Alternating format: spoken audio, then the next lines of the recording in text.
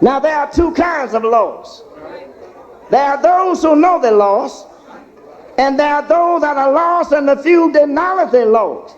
And you'll stand around 25, 30 years telling that lie. I'm saved, I'm saved, I'm saved, I'm saved. Until you get shamed, acknowledge that you're not saved, go to hell on a humbug.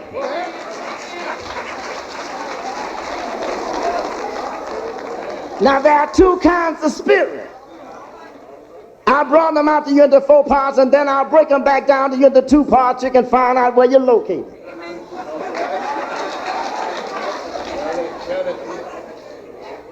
We got what you call a Christian spirit. Then we got what you call a so-called Christian. Now a so-called Christian is a person who got baptized, heard about the Lord, learned a few Bible verses, been coming to church, still come to church, yet do most of the things God dislikes. So-called Christian. Then we got what you call a true sinner. You don't have no problem with them. They always let you know where they stand. See, they don't like you, they don't like me, they don't like themselves, but they always let you know where they stand. Then we got what you call a so-called sinner. A so-called sinner is a person who does not trust God and does not have enough nerve to be a true sinner because they're afraid to get in trouble. In other words, a so-called sinner is a person who lives in sin and does not participate in all activities of sin. Let me give you an example. You see, I was in the nightclub 20 or 30 years and I didn't get drunk because I didn't like to drink. See how slick that is? Pretty slick. You see, I was in the nightclub 20 or 30 years and I wasn't no drug addict. Well, because I had some good morals. And some of us think because we got good morals, we saved. Come by tonight to tell you good morals does not save you. Good morals lead you into Christ. That's why you backslide, because you ain't quite made it. Because when you get into God's arms, you ain't going no place. Because ain't no arms no greater than God's arms. Now the so-called sinner and the so-called Christian run around together, trying to justify their wrongness. So-called sinner and a so-called Christian always criticize. Don't like this. Don't like that. Church is too long. Church ain't quite long enough.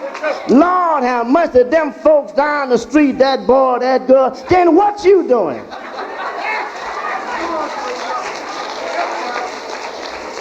You got to be doing something if Christ's not in your life. Now the so-called sinner, the true sinner, and the so-called Christian all in the same boat. Either you're saved or you're not. As we going on with the Lord's program, because I told you I got to talk to you. That's why I'm telling you, see, you can't come here in them 15 minutes and get it together and go home and think you got it together. It don't work like that. Now, as we going on with the Lord's program,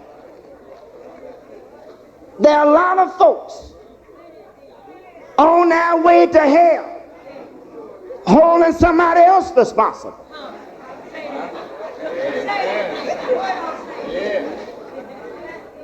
There are a lot of folks on their way to hell holding the preacher responsible.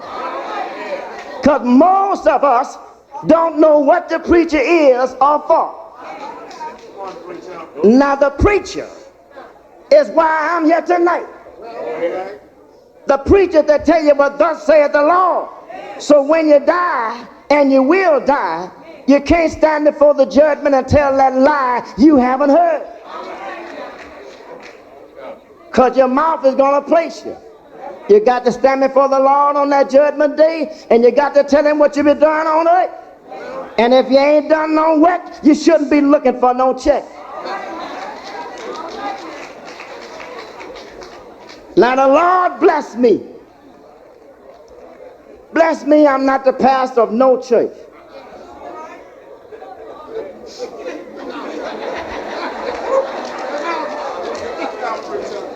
And when the Lord called me to preach and didn't give me no church, brother preacher, I was concerned. Right away I went to question the Lord. But as I travel through this country, I understand the reason why. You see, I'm going to say a lot of things that you need to hear and that you need to know. And when you get mad, you can't put me out the church.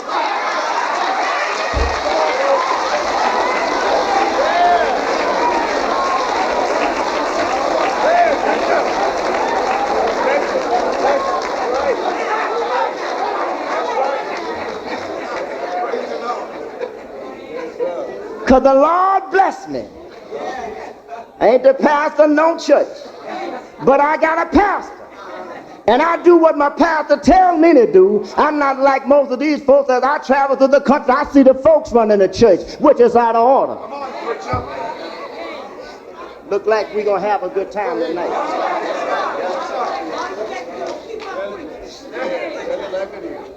Now the Lord sent me here to talk to you tonight. And he sent me here because I know you. I know all about you. I know how you think. I know what you're thinking. I know what you do. And I know what you will not do. Just like you watch me, I watch you. And if you hadn't been saved, you wouldn't have been out there with me.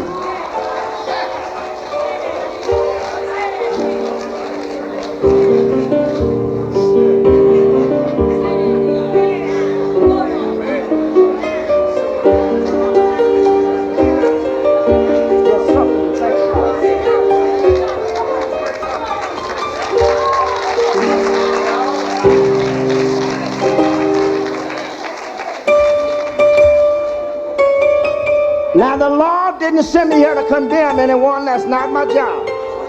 But see, here's what I'm trying to tell you. The Lord never places a man over his folks who don't know his folks.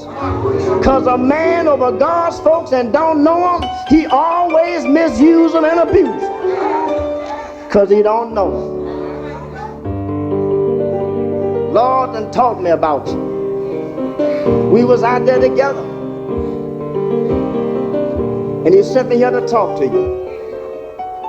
And I come by tonight to tell you what the Lord said. And then I'm leaving. I need to say that one more time. I come by here tonight for one purpose. Number one, I did not come here to be loved. I would like to be loved, but I didn't come here to be loved. I come here to upset you.